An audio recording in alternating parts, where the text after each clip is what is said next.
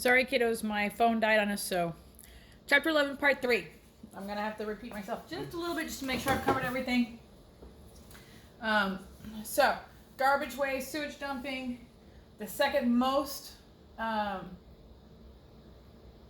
highest cause, of ocean pollution is oil spills. Like we said, after land activities. Water pollution ecosystems. We'll go over those last 3 slides like I said. Many pollutants accumulate because they do not decompose. That's a huge problem, especially with plastics, for example. They just break down into smaller pieces. Then we have what's called biomagnification. Now, you've probably heard that you have to be careful on how much tuna you eat. One of the reasons is because tuna is actually a top predator in the food chain. So, for example, they actually build up mercury in their system because the zooplankton is going to consume the mercury, the small fish are going to consume the zooplankton, the medium fish are going to consume the small fish, and then the big fish are going to consume the medium fish, and then the tuna are going to consume the big fish. And every single one of these guys are building up mercury more and more. And because, like we've said, the higher up you're in the food chain, the more you need to eat, right? Because how much makes it from one trophic level to the next? Hopefully you're telling me 10%. So because of that, tuna has to eat so much, it ends up having such a high concentration of mercury. That's biomagnification. CWA, that's the Clean Water Act, banned pollutant discharge and required the removal of heavy metals.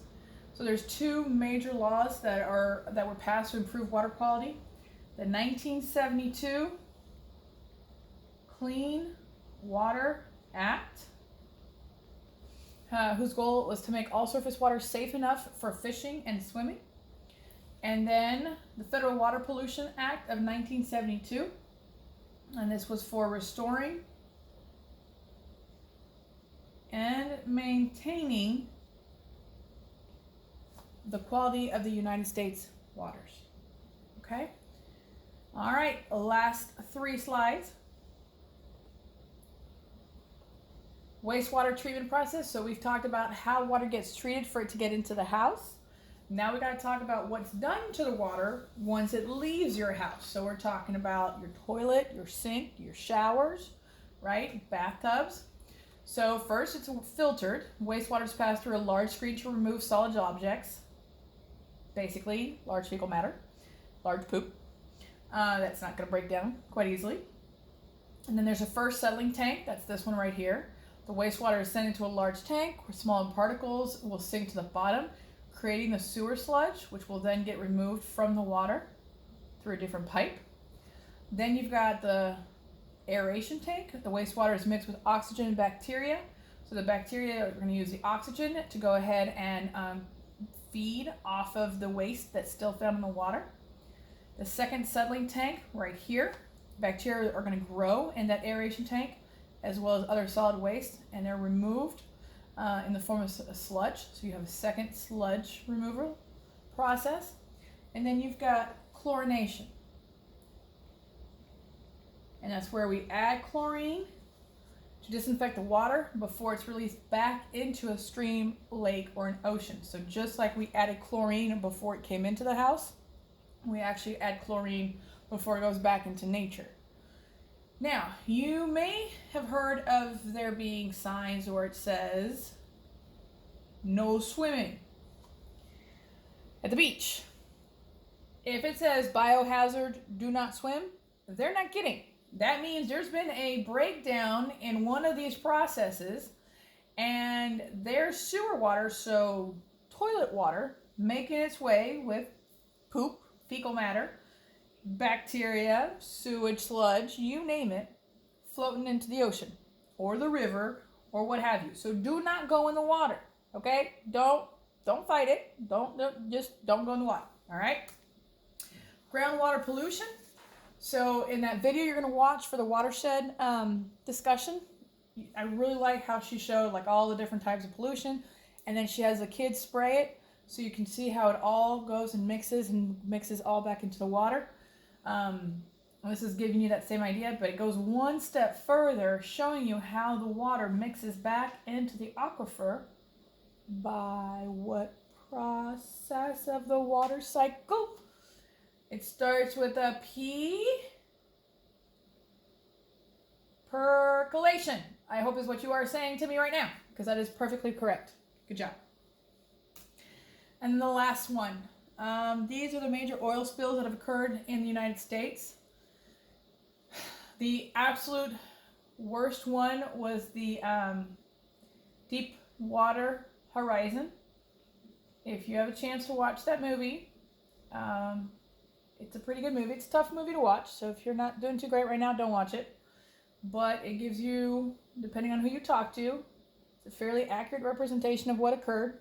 It was, I can't believe it's already been 10 years. It was 10 years ago. It occurred in the Gulf of Mexico, and it's an oil rig that dislodged for a multitude of reasons and just burned, and the oil rig blew up, causing a massive oil leak.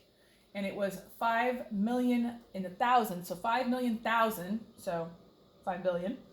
Barrels of oil spilled out into the Gulf of Mexico. That is the worst, and that only occurred 10 years ago. You would think, you know, you look at the 70s, 60s, 96, that was in Mexico, 79, 89, 75, 79. So nothing. We really hadn't had anything since 96, and that was in Mexico. That wasn't even in the United States. And then look at that, 2010. We thought that we had fixed all the issues, and we definitely had not. Number 6 right here, Prince William Sound, Alaska, 1989. That was the Exxon Valdez. That was probably number 6 right here. The most known oil spill. That's actually where people figured out that Dawn soap was a great way to remove oil off of animals. I was after the Exxon Valdez spill. That's not a joke. That's legit. That's why when you buy Dawn soap, they actually have a little ducky with oil on it getting cleaned up. It's not a joke. All right, and then biomagnification we talked about already. This is with DDT. So I gave you the example of mercury. DDT is another example.